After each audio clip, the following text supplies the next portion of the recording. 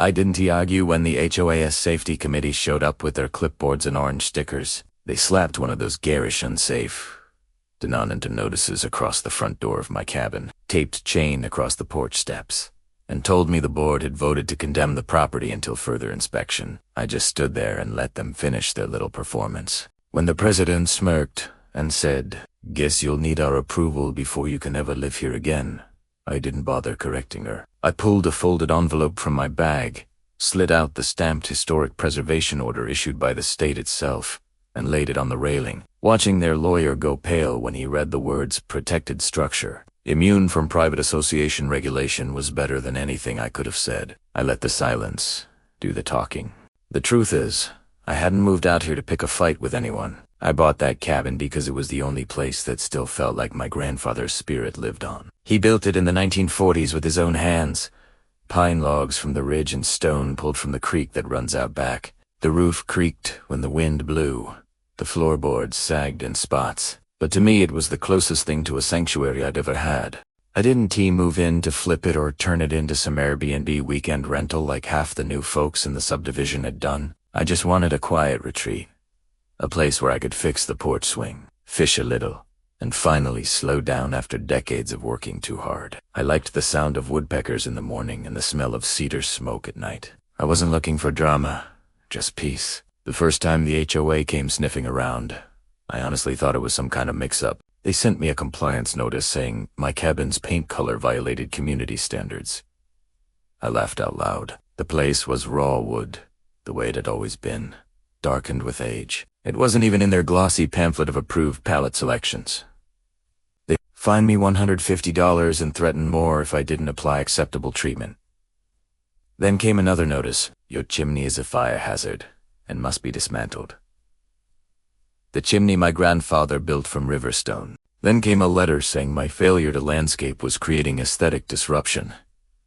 I guess by landscape, they meant tearing up the wildflowers and oak saplings that had been growing there long before the HOA was even dreamed up. At first, I tried reasoning with them. Surely they just didn't realize the cabin wasn't under their authority. I called the office, left polite voicemails, even sent a few emails explaining that the cabin was registered on its own tract, predating the subdivision by decades.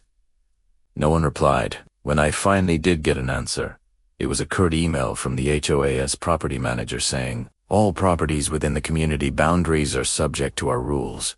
That's when the notices escalated. They marked me for unauthorized repairs. When I replaced 2 rotting beams under the porch, they accused me of trespassing on common land when I cleared brush along the old fence line. Land at wasn't theirs to begin with. Every attempt I made to show them documentation was met with silence or smug warnings about further enforcement action. That was when I stopped trying to reason and started studying. If they wanted a battle of paperwork, I knew where to find the ammunition. I spent nights in the county archives, flipping through property records, dusty plats, and surveyors' notes written in longhand ink. I found the original deed from 1947, with my grandfather's name in bold type, staking claim to that parcel as exempt from subsequent subdivision. Then I went further. I discovered that, in the 1980s, when the state compiled its historic preservation registry, someone had submitted an application for my cabin, and it had been approved. The place was listed as a protected historic structure due to its age and architectural method. That meant, legally, no private association could dictate repairs, alterations, or occupancy. My grandfather had been dead 20 years, but in a way, he had left me the perfect shield. I documented everything.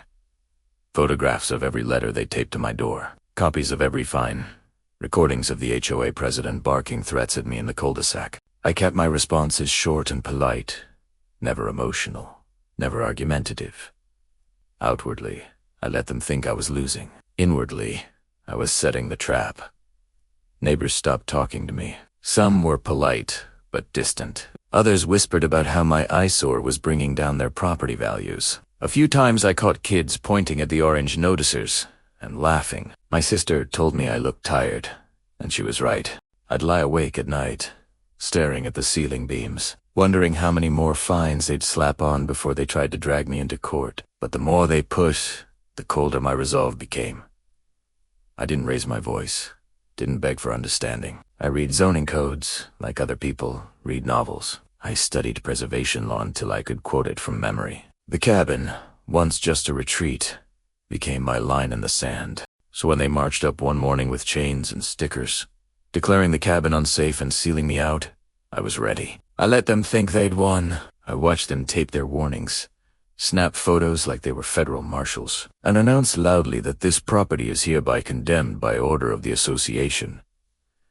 I kept my hands in my pockets and said nothing. Then, when they gathered at the porch rail to write up their little violation report, I set the envelope down in front of them. The state seal on that preservation order gleamed in the sunlight. Their lawyer was the first to realize what it meant, that not only did they lack authority over my cabin, but their attempt to interfere with it was itself a violation of state law, carrying fines and even possible criminal penalties. He went white as plaster. The president stammered something about reviewing the matter.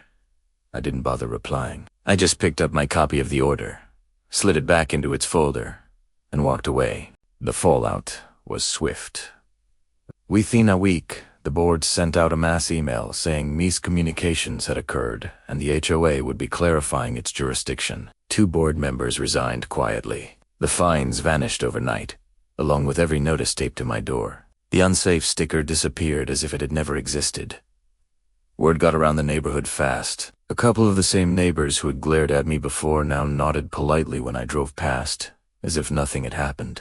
Others couldn't meet my eyes. The president hasn't spoken to me since, though I hear her house is up for sale. As for me, I sit on my porch most evenings with a cup of coffee, looking out at the same ridge my grandfather once looked at, the same chimney smoke curling into the air.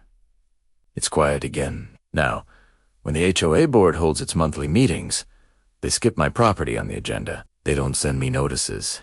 They don't tape letters to my door. And they certainly don't try to condemn my cabin. They know better. The cabin isn't just a house anymore. It's proof that sometimes, if you're patient and methodical, you don't have to shout to win. You just have to know the law better than the people trying to break it. And now, whenever I walk through town and pass the county building, I smile at the thought of that preservation order. Still on file, still untouchable. My grandfather built these walls to last, and now, so have I.